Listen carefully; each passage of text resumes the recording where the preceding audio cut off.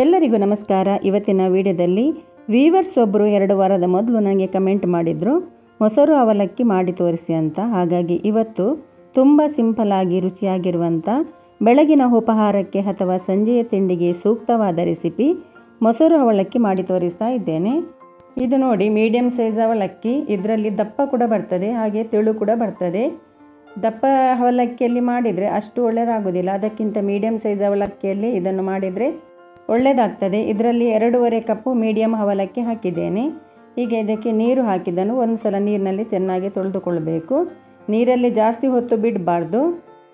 ಅವಲಕ್ಕಿಯಲ್ಲಿ ಧೂಳು ಕಸ ಜಾಸ್ತಿ ಇದ್ದರೆ 1-2 ಸಲ ನೀರಿನಲ್ಲಿ ತೊಳೆದು ತಕ್ಷಣ ನೀರನ್ನು ತೆಗೆದು ಈ ರೀತಿ ಒಂದು ಸ್ಟ್ರೈನರಲ್ಲಿ ನೀರು ಇಳಿದು ಹೋಗಲಿಕ್ಕೆ ಹಾಕಿ ಇಡಬೇಕು. ಒಂದು 5 ನಿಮಿಷ ಇಟ್ಟರೆ ಸಾಕು. 5 ನಿಮಿಷದ ನಂತರ ಈಗ ಇದನ್ನು ಒಂದು ಬೇರೆ ಪಾತ್ರೆಗೆ ಹಾಕಿಕೊಂಡು ಇದಕ್ಕೆ 1 ಕಪ್ಪು ಮೊಸರು ಹಾಕ್ತಾ ಇದ್ದೇನೆ. ತುಂಬ ಹುಳಿಯಾಗಿರುವಂಥ ಮೊಸರು ಬೇಡ, ಫ್ರೆಶ್ ಮೊಸರು ತಗೊಂಡ್ರೆ ಒಳ್ಳೆಯದು. ಈಗ ರುಚಿಗೆ ತಕ್ಕಷ್ಟು ಉಪ್ಪು ಹಾಕಿದ್ದೇನೆ. ಹಾಗೆ ಇದಕ್ಕೆ ರುಚಿಗೆ ಸ್ವಲ್ಪ ಸಕ್ಕರೆ ಹಾಕ್ತಾ ಇದ್ದೇನೆ. ಸಕ್ಕರೆ ಹಾಕೋದು ಬೇಡದಿದ್ದರೆ ಸ್ಕಿಪ್ ಮಾಡ್ಬೋದು. ಸಕ್ಕರೆ ಹಾಕಿದರೆ ರುಚಿ ಚೆನ್ನಾಗಿ ಬರ್ತದೆ, ಹಾಗಾಗಿ ಸ್ವಲ್ಪ ಸಕ್ಕರೆ ಹಾಕಿಕೊಂಡಿದ್ದೇನೆ. ಈಗ ಇದನ್ನು ಒಂದು ಸಲ ಚೆನ್ನಾಗಿ ಮಿಕ್ಸ್ ಮಾಡಬೇಕು.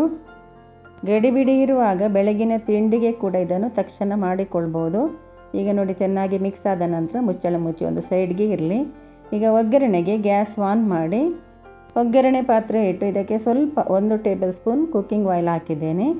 ಎಣ್ಣೆ ಸ್ವಲ್ಪ ಬಿಸಿಯಾದ ನಂತರ ಗ್ಯಾಸ್ ಫುಲ್ಲು ಸ್ಲೋ ಇಟ್ಟು ಇದಕ್ಕೆ 2 ಟೇಬಲ್ ಸ್ಪೂನ್ ನೆಲಕಡಲೆ ಹಾಕಿ ಇದನ್ನು ಲೋ ಫ್ಲೇಮಲ್ಲಿ ಫ್ರೈ ಮಾಡಿಕೊಳ್ಬೇಕು. ಗ್ಯಾಸ್ ಫಾಸ್ಟ್ ಇಟ್ಟರೆ ಇದು ಜಾಸ್ತಿ ಬೇಗ ಕಪ್ಪಗಾಗ್ತದೆ. ಈಗ ನೋಡಿ ಇದು ಆಗ್ತಾ ಬಂದಿದೆ. ಇಷ್ಟಾಗುವಾಗ ಇದನ್ನು ಬೇರೆ ಒಂದು ಬೌಲ್ಗೆ ತೆಗೆದಿಟ್ಟು ಈಗ ಅದೇ ಪಾತ್ರೆಗೆ ಇಲ್ಲಿ 2 ಚಮಚದಷ್ಟು ತುಪ್ಪ ಹಾಕ್ತಾ ಇದ್ದೇನೆ. ತುಪ್ಪ ಬೇಡದಿದ್ದರೆ ಸ್ವಲ್ಪ ಕುಕ್ಕಿಂಗ್ ಆಯಿಲನ್ನೇ ಹಾಕಿಕೊಳ್ಬೋದು. ಎಣ್ಣೆ ಸ್ವಲ್ಪ ಸರಿಯಾಗಿ ಬಿಸಿಯಾದ ನಂತರ ಗ್ಯಾಸ್ ಫುಲ್ಲು ಸ್ಲೋ ಇಟ್ಟು ಅರ್ಧ ಚಮಚ ಸಾಸಿವೆ ಹಾಕಿದ್ದೇನೆ.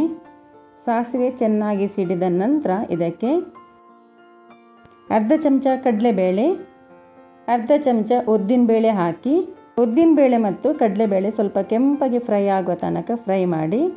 ಮಂಗಳೂರು ಕಡೆ ಮೊಸರು ಅವಲಕ್ಕಿ ಮಾಡೋದು ತುಂಬ ಕಡಿಮೆ. ನನಗೂ ಮೊದಲು ಗೊತ್ತಿರಲಿಲ್ಲ. ನಾನು ಒಬ್ಬರ ಹತ್ರ ಕೇಳಿದೆ, ಅವರು ನನಗೆ ಹೇಳಿಕೊಟ್ಟ ರೀತಿಯಲ್ಲಿ ನಾನು ಮಾಡಿ ನೋಡಿದೆ. ತುಂಬಾ ರುಚಿಯಾಗಿತ್ತು, ಮನೆಯಲ್ಲಿ ಎಲ್ಲರಿಗೂ ಇಷ್ಟ ಆಯಿತು. ಉದ್ದಿನಬೇಳೆ ಸ್ವಲ್ಪ ಕೆಂಪಗಾದ ನಂತರ 1 ಕಾಯಿ ಮೆಣಸನ್ನು ತುಂಬ ಚಿಕ್ಕದಾಗಿ ಕಟ್ ಮಾಡಿ ಹಾಕಿದ್ದೇನೆ. ಖಾರ ಜಾಸ್ತಿ ಬೇಕಿದ್ರೆ ಜಾಸ್ತಿ ಹಾಕಿಕೊಳ್ಬೋದು. 1 ಟೀ ಸ್ಪೂನ್ ಜೀರಿಗೆ, ಹಾಗೆಯೇ 2 ಚಿಟಿಕೆಯಷ್ಟು ಇಂಗು ಪುಡಿ ಹಾಕಿ ಕಡಲೆಬೇಳೆ ಉದ್ದಿನಬೇಳೆ ಕೆಂಪಾಗಿ ಫ್ರೈ ಆದ ನಂತರ ಸ್ವಲ್ಪ ಕರಿಬೇವನ್ನು ಹಾಕಿ ಸ್ವಲ್ಪ ಹೊತ್ತು ಫ್ರೈ ಮಾಡಿದ ನಂತರ ಗ್ಯಾಸ್ ಆಫ್ ಮಾಡಿ.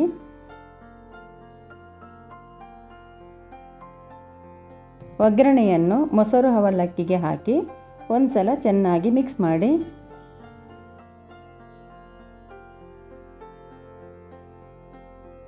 ಮೊಸರು ಆವಾಗ 1 ಕಪ್ಪು ಮಾತ್ರ ಹಾಕಿದ್ದು, ಈಗ ಇನ್ನು ಅರ್ಧ ಕಪ್ಪು ಮೊಸರು ಹಾಕ್ತಾ ಇದ್ದೇನೆ. ಜಾಸ್ತಿ ಬೇಕಿದ್ರೆ ಸ್ವಲ್ಪ ಜಾಸ್ತಿ ಮೊಸರು ಕೂಡ ಹಾಕಿಕೊಳ್ಬೋದು. ನೀರನ್ನು ನೋಡಿಕೊಂಡು ಹಾಕಿಕೊಳ್ಬೇಕು. ಬಿಸಿಯಾಗಿ ತಣ್ಣಗಾದ ನೀರು 1 ಕಪ್ಪು ಹಾಕಿದ್ದೇನೆ. ಮೊಸರು ಏನಾದರೂ ತುಂಬ ಹುಳಿಯಾಗಿದ್ದರೆ ಈ ನೀರಿನ ಬದಲಿಗೆ ಹಾಲನ್ನು ಕೂಡ ಹಾಕಿಕೊಳ್ಬೋದು. ಆನಂತರ ಚೆನ್ನಾಗಿ ಮಿಕ್ಸ್ ಮಾಡಿ 3 ಟೇಬಲ್ ಸ್ಪೂನ್ ಅಥವಾ 3 ಚಮಚದಷ್ಟು ತೆಂಗಿನ ತುರಿ ಹಾಕಿದ್ದೇನೆ.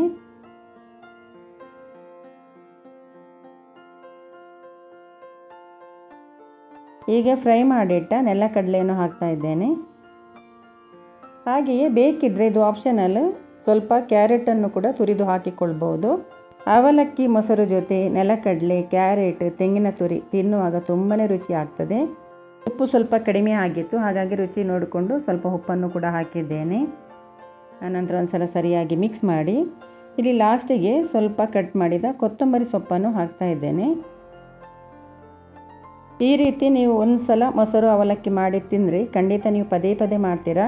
ತುಂಬಾ ರುಚಿಯಾದ ರೆಸಿಪಿ. ಗಾರ್ನಿಷ್ಗೆ ಸ್ವಲ್ಪ ನೆಲಕಡಲೆ, ತೆಂಗಿನ ತುರಿ, ಕೊತ್ತಂಬರಿ ಸೊಪ್ಪು ಹಾಕಿದ್ದೇನೆ. ಇದೇ ರೀತಿ ನೀವು ಕೂಡ ಒಂದು ಸಲ ಮೊಸರು ಅವಲಕ್ಕಿ ಮಾಡಿ ನೋಡಿ. ಇವತ್ತಿನ ಈ ರೆಸಿಪಿ ನಿಮಗೆ ಇಷ್ಟವಾಗಿದ್ದರೆ ದಯವಿಟ್ಟು ಲೈಕ್ ಮಾಡಿ, ಶೇರ್ ಮಾಡಿ. ಈ ವಿಡಿಯೋ ನೋಡಿದ್ದಕ್ಕೆ ತಮಗೆಲ್ಲರಿಗೂ ಧನ್ಯವಾದ.